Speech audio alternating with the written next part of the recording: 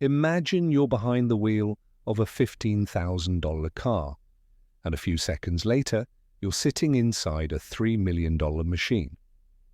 It feels like jumping between two different realities. But here's the big question.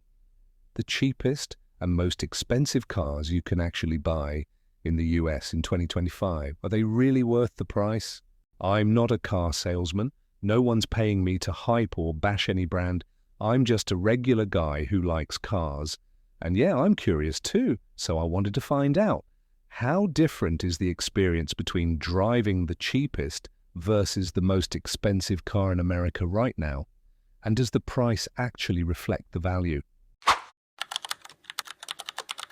All right, let's start with the cheapest. As of 2025, the most affordable new car you can buy in the US is still the Mitsubishi Mirage. Price tag? Around $16,500. And let's be real, this isn't the kind of car that turns heads. Technically, it's a small hatchback with a 1.2L three-cylinder engine. Horsepower, just 78. Yeah, that's not a typo, 78. But here's the upside, and it's big for a lot of people. Crazy fuel efficient up to 40 plus mpg.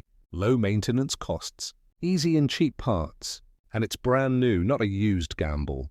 That said, don't expect comfort or tech. No adaptive cruise control, no 360 cameras, and the infotainment system, well, let's just say it exists. The seats are stiff, the cabin is tight, and acceleration feels like you're trying to jog up an escalator that's out of service.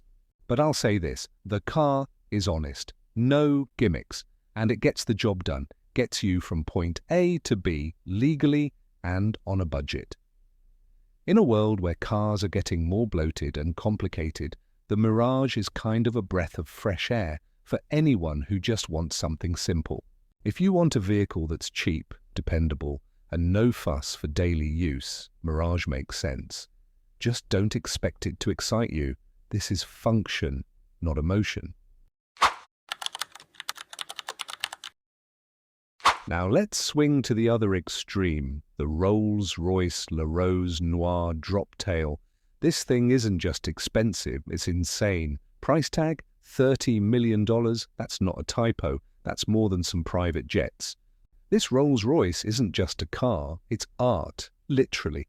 Fully custom built with only one unit in the world. The interior took 2 years to design, featuring over 1,600 pieces of hand-laid veneer.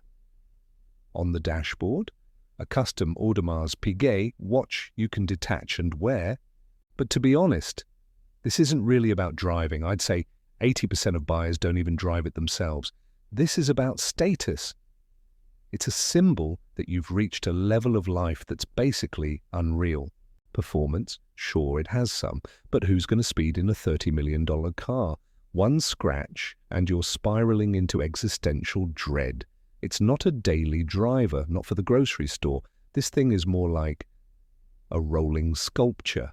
So is it worth the price? Logically, absolutely not. Emotionally and symbolically for a few people, yes. It's about rarity, it's about personal legacy, and not practicality. Let's put these two cars in the ring, Mirage versus Droptail. Two totally different worlds. But let's look at it realistically. Mirage wins at price and value, fuel economy, daily practicality, easy insurance. You can park it anywhere and not worry. Droptail wins at once-in-a-lifetime exclusivity, artistic detail. Prestige, no doubt. Collector value might increase over time.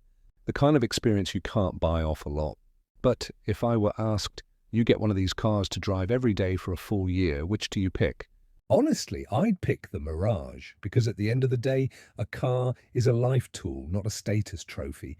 But if the question was, you're going to a red carpet, a billionaire gala, or a yacht launch? Yeah, I'd take the Rolls. No contest.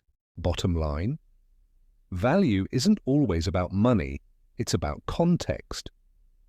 Expensive doesn't always mean better, and cheap doesn't always mean boring. All right, so we've looked at price tags, but buying a car is like getting married.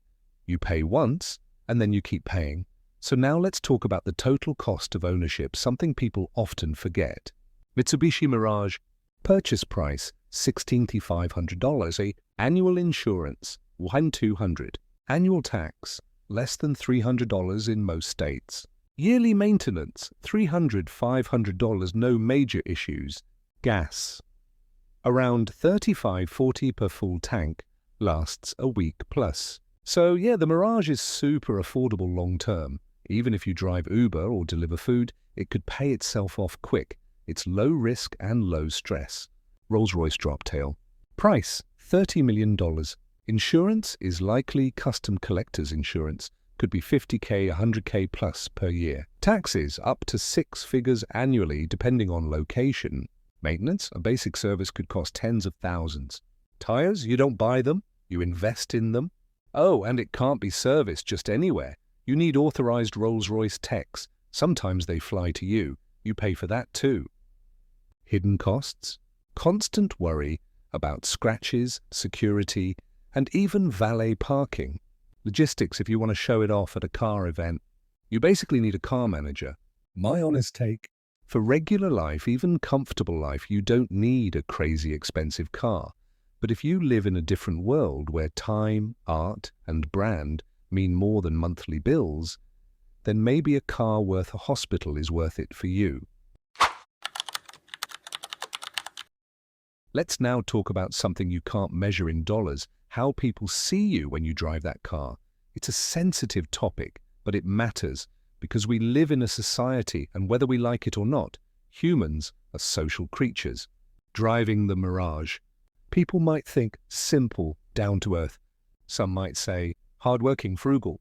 Others might look down. Why such a cheap car? You're almost invisible on the road. No one stares, no one flexes on you. But that's also a plus. You're safe. No one's targeting you. No jealousy or unwanted attention. And honestly, I'd rather have peace than fake admiration. Driving the Droptail. Every single eye is on you. You don't have to do anything. You're already assumed to be a billionaire or mafia boss. People take pics, stare, gossip, and some just straight up judge. I once saw a Rolls-Royce parked in Beverly Hills. People pulled out their phones, took pictures, even pretended to take selfies just to get the car in the shot. You can't grab a coffee in peace. But this is part of the status game. A lot of people don't buy these cars to drive them. They buy them to be seen in them. And for some people, that's valid. They've earned it. They want the world to know. But here's the question I keep asking myself. Are you driving the car, or is the car driving how people see you? If you don't have a strong identity outside your car, people aren't admiring you. They're admiring what you spent. And for me personally, that's a little hollow. Luxury cars might make your life more visible, but they don't make it more meaningful. And affordable cars might not impress strangers, but they don't define your worth either. It all comes down to how you define success. So, the cheapest and most expensive cars in America 2025 are like two different lenses on life. One's about need, the other's about luxury. But are either of them worth the price? I think it all depends on how you see the world. If you enjoy topics like this, real talk about cars, life, and everything in between, don't forget to hit that subscribe button, like the video if you agree, or drop a comment if you totally disagree. I want to hear your take. If you could pick one of these cars to drive for a year, which would it be? Mirage or Droptail? Let me know down below.